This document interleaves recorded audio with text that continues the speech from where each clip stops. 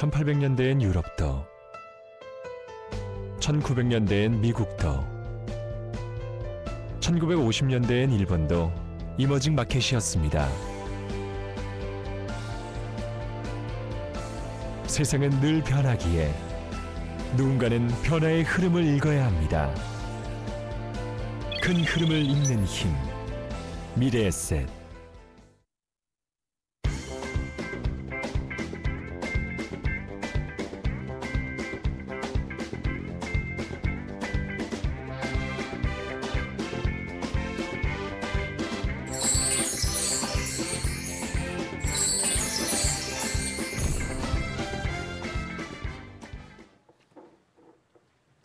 네, 시청자 여러분 안녕하세요. 슬기로운 펀드 생활의 전지원입니다. 저희 슬기로운 펀드 생활에서 지금 성공적인 자산 운용, 펀드 투자와 성공적인 자산 운용에 대해서 얘기를 나누고 있는데요. 지난 1시간 동안 저희가 좀 기본적인 다시 한번 생각해 봐야 될 문제들에 대해서 이슈들에 대해서 얘기를 나눠봤습니다. 좀 좋은 기회가 되셨나 궁금하기도 하고요.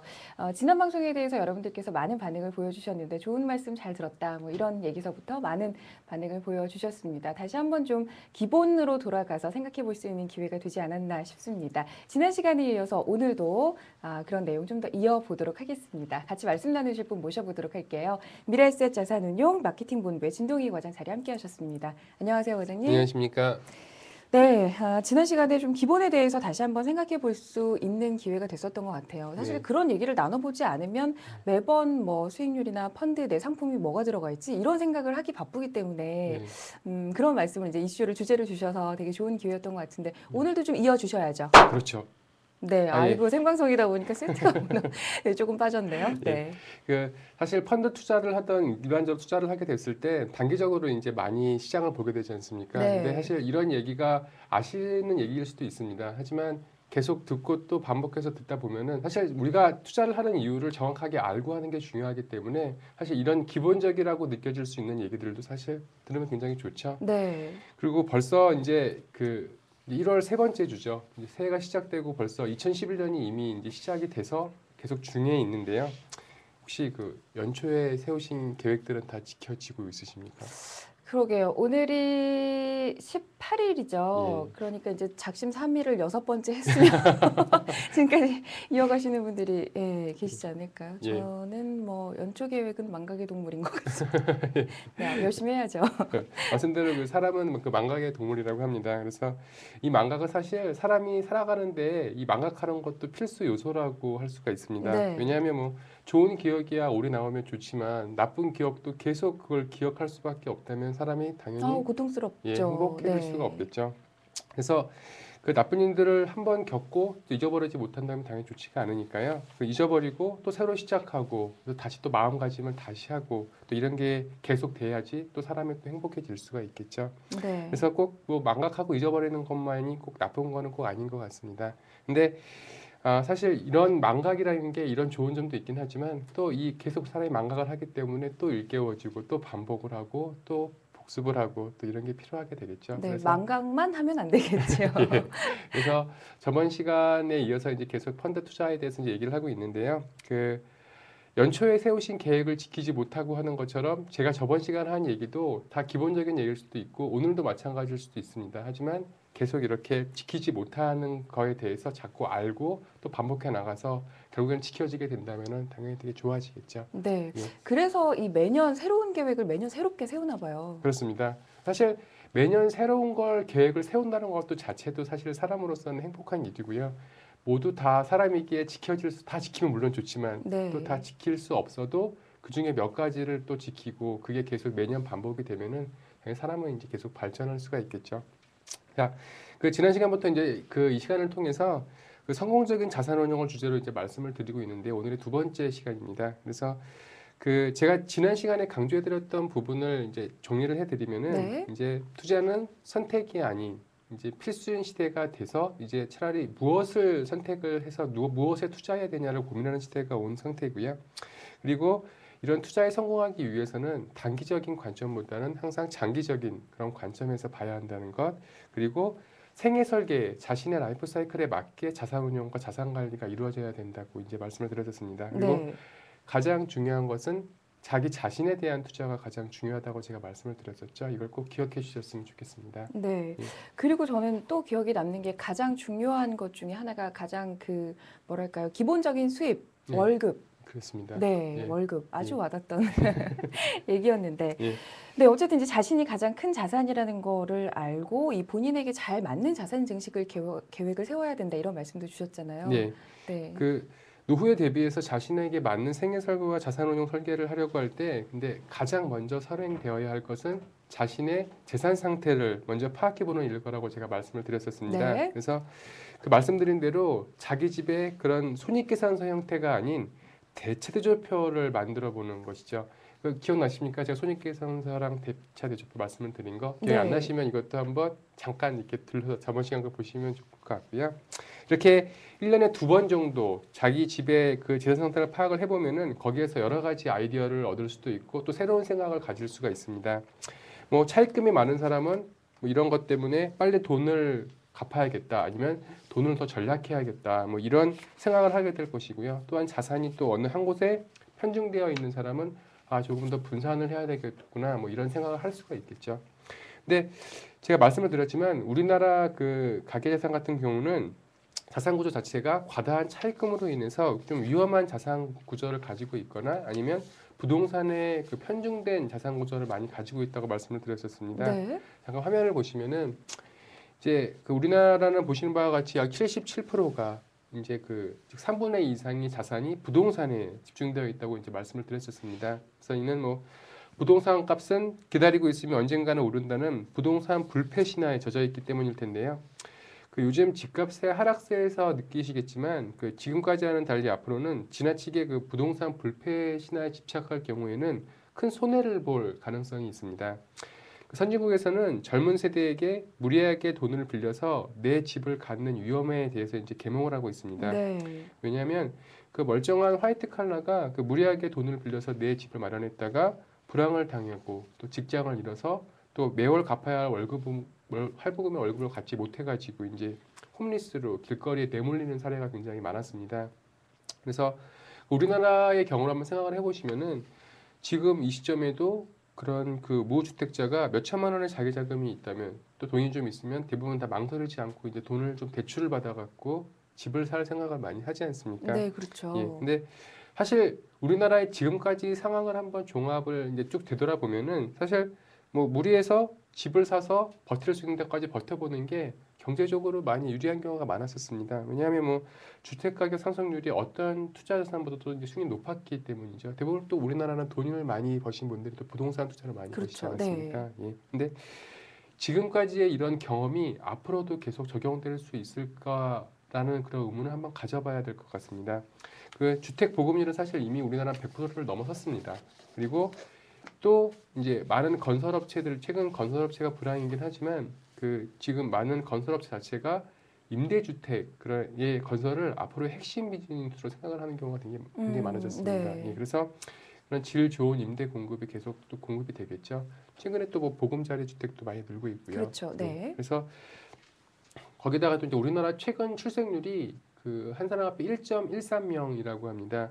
원래 그 한 나라의 그 인구가 유지가 되기 위해서는 2명을 낳아야지 이제 유지가 되지 않습니까? 네. 근데 뭐 사고도 있고 뭐 여러 가지 일이 있기 때문에 한 2.1명 정도 돼야지 이제 국가의 그 인구가 유지가 될 수 있다고 합니다. 근데 네. 2명도 아니고 1.13명이니까 거의 절반 예, 수준이네요. 그렇습니다. 우리나라가 네. 아마 한 2050년이 되면은 그 전체 인구에서 60세 이상의 인구가 50%가 된다고 합니다. 이렇게 나가게 되면 그러니까 네. 우리나라가 굉장히 초고령화 사회로 들어가게 되는 건데요.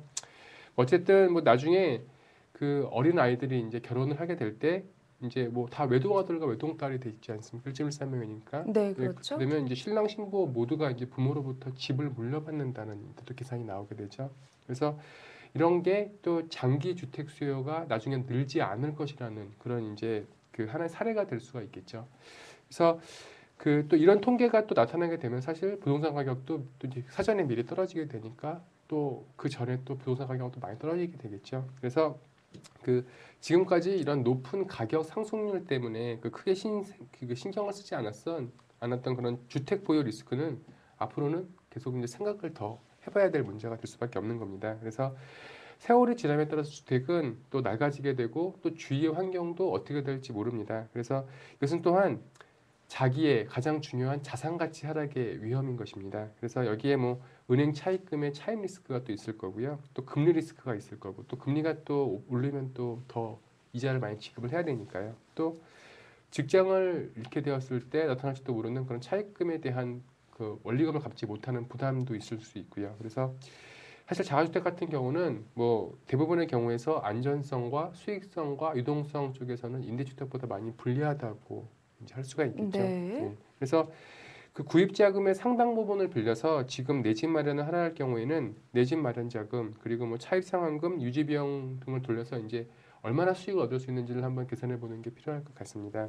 그래서 그 향후에는 또 그 요즘은 이제 우리나라 같은 경우도 뭐 새빵살이라고 많이 하지 않습니까? 사실 네. 집 주인이 훨씬 더 많은 힘을 가지고 있는 상태입니다. 근데 일본이나 다른 나라를 보게 되면은 주택 보급률이 많아지게 되면 오히려 집 주인보다는 그 집을 참는 임대를 하는 사람들한테 더 좋은 서비스를 제공해서 임대자를 불려야 되니까요. 그래서 네. 이런 것도 이런 서러움 같은 경우는 차차 없어지게 될 거라 사실 향후에는 이런 부동산에 대한 생각도 많이 바뀌어야 되고 주위 환경도 많이 바뀌게 될 것이기 때문에 이런 부분을 분명히 고려하셔야 될 것 같습니다. 네. 예. 그래서 이제 뭐 부동산도 이제 투자처럼 한번 합리적으로 따져보아야 할 시기가 된 거죠. 네, 예. 한번 좀 객관적으로 들여다봐야 할 시기가 됐다라고 말씀을 해주시는 것 같은데 사실 그렇습니다. 이제 그 뭐 관련 법이라든가 이런 것도 세입자 위주로 많이 또 개선이 돼서 이제 말씀하신 대로 예전에 뭐 새빵살이의 서러움 이런 네. 거는 요새 드라마에도 그렇게 많이 나오는 것 같지는 않다는 생각이 드는데 네. 요새는 이제 워낙 전셋값이 또 많이 오르고 이러다 보니까 네. 아유 이렇게 매년 그냥 2년에 한 번씩 올려서 계약하느니 사자 이렇게 생각하시는 분들이 참 또 많은 것 같아요. 예, 근데 그렇습니다. 그러면서도 네. 부동산 가격이 조금 불안하고 이러니까 어떻게 해야 될까 네. 고민하시는 분들이 꽤 많이 계신 것 같은데 네. 슬기로운 펀드 생활이 지금 저희 부동산 프로그램이 돼가고 있는 것 같습니다. 예. 어쨌든 이제 지난 시간도 그렇고 오늘도 그렇고 계속 이 부동산에 대해서 다시 한번 생각해봐야 된다라고 강조를 좀 많이 해주시는 것 같아요. 네, 그렇습니다. 네. 이 부동산에 대한 생각은 지금 우리나라 사람들의 대부분 고정관념이 굉장히 많습니다. 네. 이 고정관념을 깨는 데는 사실 굉장히 많이 시일도 걸리고 또 주기적으로 계속 이제 말씀을 드려서 점차 이제 이제 알아가셔야 될 부분인데요. 이미 우리가 오랫동안 익숙했던 그런 투자 환경들은 또 그리고 우리의 주위 환경들은 이미 많이 변화하고 또 많이 변화했습니다. 그래서 우리가 인식하는 정도보다는 그 변화와 그런 속도와 그 변화의 양이 훨씬 더 생각보다 많은 상태입니다. 그래서 다른 부분은 몰라도 오늘 꼭 기억해 주셔야 할 것은 저금리 시대라는 것. 그래서 꼭 투자가 필요하다는 것. 그리고 고령화 시대를 대비해서 이제 당연히 투자가 필수가 되었다는 것. 즉 고령화 시대를 꼭 염두를 해 두셔야 되고요. 또 고령화이기 때문에 향후에 우리가 직장을 이제 정년을 한 다음에 살아가야 할 일들이 많아졌기 때문에 또 돈을 더 마련해 둬야 된다는 것. 과거보다 훨씬 더 많이 마련을 해둬야겠죠. 네. 그리고 우리가 기존에 자산 증식으로 많이 사용하던 이 부동산 투자의 환경도 지금은 예전 같지 않다는 거 이걸 꼭 기억해 주셨으면 좋겠습니다. 네. 예. 근데요, 이제 우리나라 일반 대부분들의 국민의 경우, 뭐 저도 그렇습니다만은 그래도 집 한 채는 있어야지 이렇게 생각하시는 분들이 많이 네. 계시잖아요. 네. 그리고 이제 어른들 보면은 아유 나이 들어 집 한 채인데 다른 거 없고 집 한 채인데 이렇게 네. 말씀하시는 분들도 많은데 그 인식을 바꾸기가 쉽지 않은 것 네, 같아요. 그렇습니다. 네.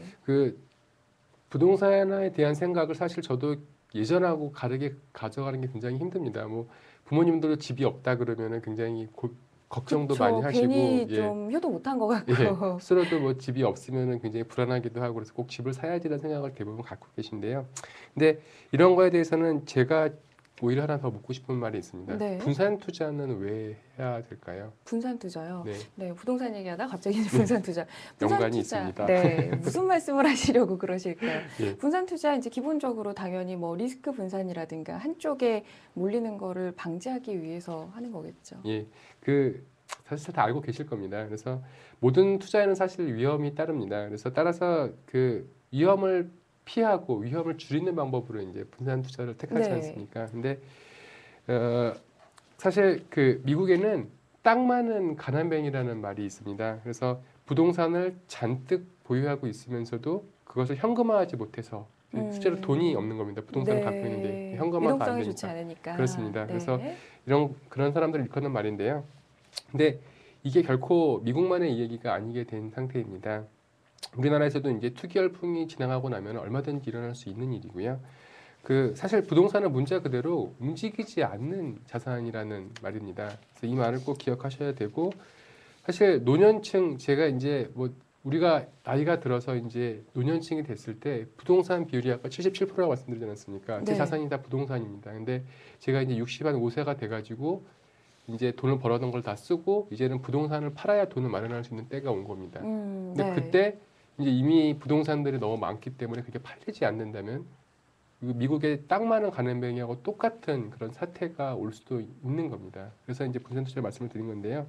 사실 이렇게 그 노년층 세대일수록 부동산 비중을 줄이고 내가 나이가 들수록 부동산 비중을 줄이고 금융자산의 비중을 늘려야 된다고 이제 말씀을 이런 이유로 인해서 이제 계속 제가 말씀을 드립니다. 네. 근데 가끔 이런 말씀을 들으시는 분들 중에서는 어떤 분은 그래 그 말도 일리가 있다. 그래서 우선 우리 집 자산의 20% 정도라도 이제 부동산에서 금융자산으로 바꾸겠다 하시는 분도 있지만 또 대부분의 분들이 지금 갖고 있는 부동산을 아까워서 어떻게 파냐. 그래서 그냥 향후에 들어오는 돈을 이제 금융자산으로 만들겠다 이런 식의 분들이 있습니다. 네. 그리고 또 젊은 분들은 이렇게 모아둔 자산이 별로 없는데 뭐 월급 받아 생활비 쓰고 나면은 뭐 한 3, 40만 원 남는데 이걸 어떻게 해야 할까요? 어떻게 투자해야 될까요? 또 굉장히 여러 가지 질문을 많이 하십니다. 근데 사실 이런 분들이 어떤 금융상품에 투자해서 넣으면 좋을까라고 생각을 해보면은 또 이제 궁금해지지 않습니까? 그렇죠. 예. 근데 사실 정해진 답은 없습니다. 그게 그 각자 자신의 재산 상태와 생애 설계 그리고 투자 성향에 따라 달라질 수밖에 없는 거죠. 사실 투자에는 프리스타일, 정해진 스타일이 딱 있어서 이거에 다 들어맞는 경우는 절대로 없습니다. 왜냐하면 개인들이 다 다르기 때문이죠. 그런 게 있으면 참 좋을 텐데. 쉬울 텐데요. 예. 근데 하나 분명한 것은 이런 우리가 알고 있는 금융 상품이 굉장히 투자의 큰 축이라는 걸 꼭 기억하셔야 된다는 것입니다. 그래서 사실 금융 상품은 뭐 현금이나 예금 그리고 확정된 보험이나 확정된 연금처럼 금융 기관이 이제 운용 결과를 책임지는 저축 상품과 주식 채권 펀드와 같이 운용 결과에 그 책임을 자신이 져야 하는 투자 상품으로 그러니까 저축 상품과 투자 상품으로 나눌 수가 있습니다. 그래서 우리는 이제 저축 상품과 투자 상품 이걸 두 개를 분산 투자를 당연히 해야겠죠. 네, 예. 그렇습니다. 저희가 이제 그 부동산에 대해서 다시 한번 생각을 해봐야 될 시점이 된 것 같다. 이렇게 이제 말씀을 나누고 있는데 많은 분들께서 의견을 지금 생방송 중에 주고 계세요. 그 S1님께서 맞습니다. 근데 그래도 집 한 채는 필요하죠. 집이 없으면 내가 뭐 하고 살았나 싶습니다. 라는 의견을 주셨어요. 이제 이렇게 생각하시는 분들이 많다는 얘기죠. 예. 근데 그럼에도 불구하고 그런 생각을 다시 한번 좀 들여다봐야 될 때가 된 거 아니냐라는 얘기인 것 같고요. 그리고 테크님이신가요? 이분께서는 그래도 여전히 집주인에게 뭔가 부탁을 할 때는 좀 위축되는 자신을 보면 내 집이 꼭 필요한 것 같습니다라는 의견을 주셨어요. 네. 이런 의견들 때문에 자꾸 네. 이제 집을 내 집 마련을 하게 되고 그래도 내 집 한 채는 있어야지라고 생각을 하시는 것 같습니다. 그 외에도 이제 많은 분들 참여를 해주셨는데 도남님 그리고 청년재벌님 언제와 같이 출석을 해주셨습니다. 반갑습니다. 자, 그래서 이제 분산 투자하고 연결을 해서 지금 말씀을 나누고 있는데요. 분산 투자 얘기를 들으니까 사실 이제 일반적으로 투자를 하려고 하면 굉장히 많이 듣는 얘기 중에 하나가 분산 투자 그리고 장기 투자. 이 두 가지 원칙이 아닐까 싶어요. 예. 굉장히 흔한 말인데 사실 좋은 거는 알고 있죠. 예, 그렇습니다. 예. 근데 방금 그 말씀하시기 전에 그 방금 말씀을 들으니까 제가 부동산에 대한 관념을 바꿔야 된다는 것은 네. 무리하게 집을 사는 경우라고 말씀을 드리는 겁니다. 아, 사실 그렇죠. 예.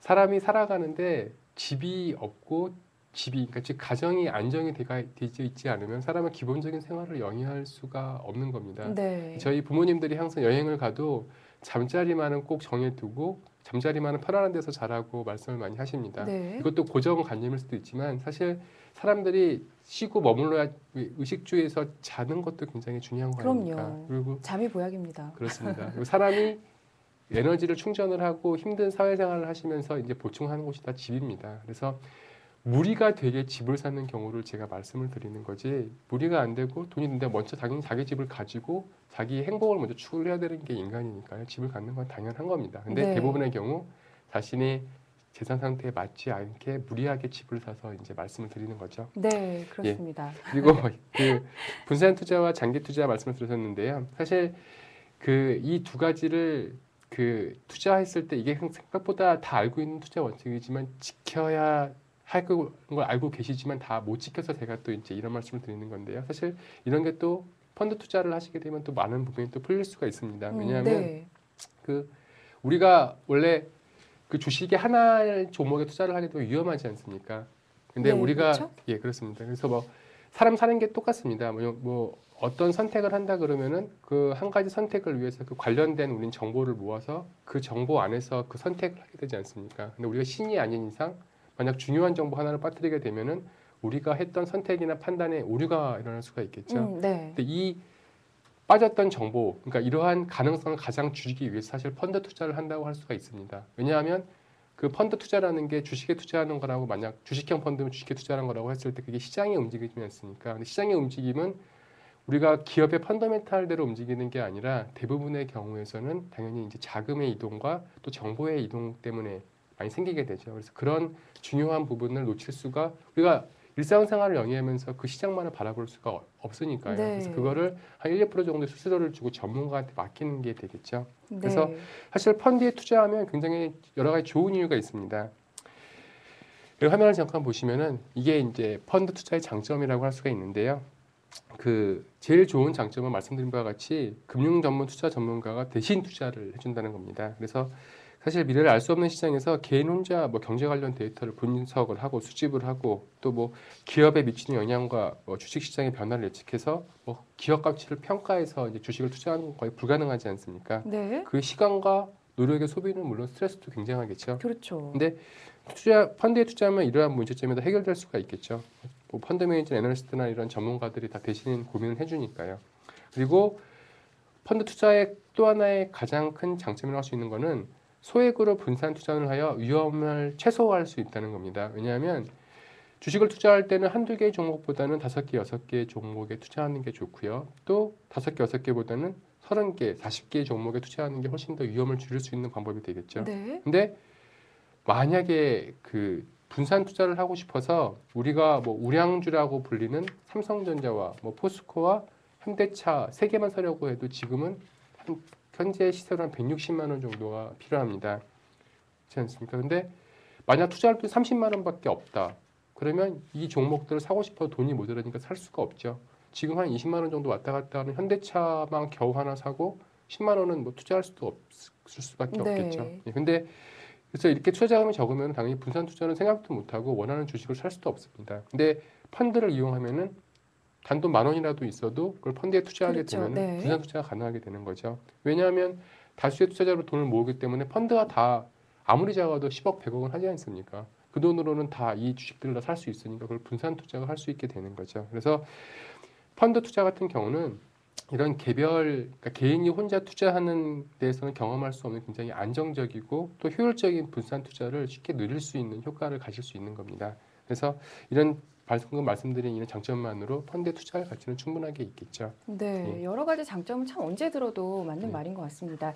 그 에스원님께서 다시 의견을 주셨는데 분산 투자 잘하고 현명하게 투자하려고 방송 열심히 보고 있습니다. 그러다 보면 내 집 마련도 할 수 있겠죠. 늘 감사합니다라는 의견을 주셨습니다.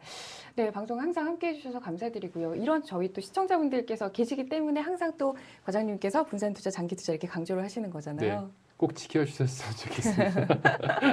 네, 유독 또 지난 예. 시간과 이번 시간 다 강조를 유독 해주시는데 이유가 있으시겠죠? 사실 최근에 이제 자료를 봤었는데 대부분의 투자자들이 펀드 투자를 할 때도 대부분 한 두 개 정도밖에 투자를 하지 않으십니다. 네, 이게 물론 펀드 자체가 뭐 한 40종목, 50종목을 투자하지 않습니까? 물론 펀드 하나만으로도 분명 분산 투자의 효과는 분명히 있습니다. 하지만 대부분의 펀드 투자 같은 경우는 어떤 특정 산업군이나 어떤 특정 섹터를 갖기 때문에 이게 모든 산업군이 다 주기를 갖지 않습니까? 네, 네. 그래서 그 주기를 우리가 투자를 하는 목적은 이런 주기 같은 거를 이렇게 그 여기에 상관관계 투자를 하라 그러면 반대의 의견을 갖지 않습니까? 주기를 그러면 네. 이게 평균적으로 일직선을 갖게 되죠. 이렇게 분산 투자를 하게 되면은 어느 정도 일정한 그 선을 만들 수 있는 겁니다. 즉 시장은 계속 이렇게 움직이게 되지만 그 주기를 최대한 분산 투자를 해서 최대한 이렇게 평균적으로 일직선을 만드는 거죠. 이게 네. 분산 투자의 주요한 목적인데 제가 이렇게 말씀을 드리지만 펀드 같은 경우도 대부분의 경우에서는 한 개, 두 개.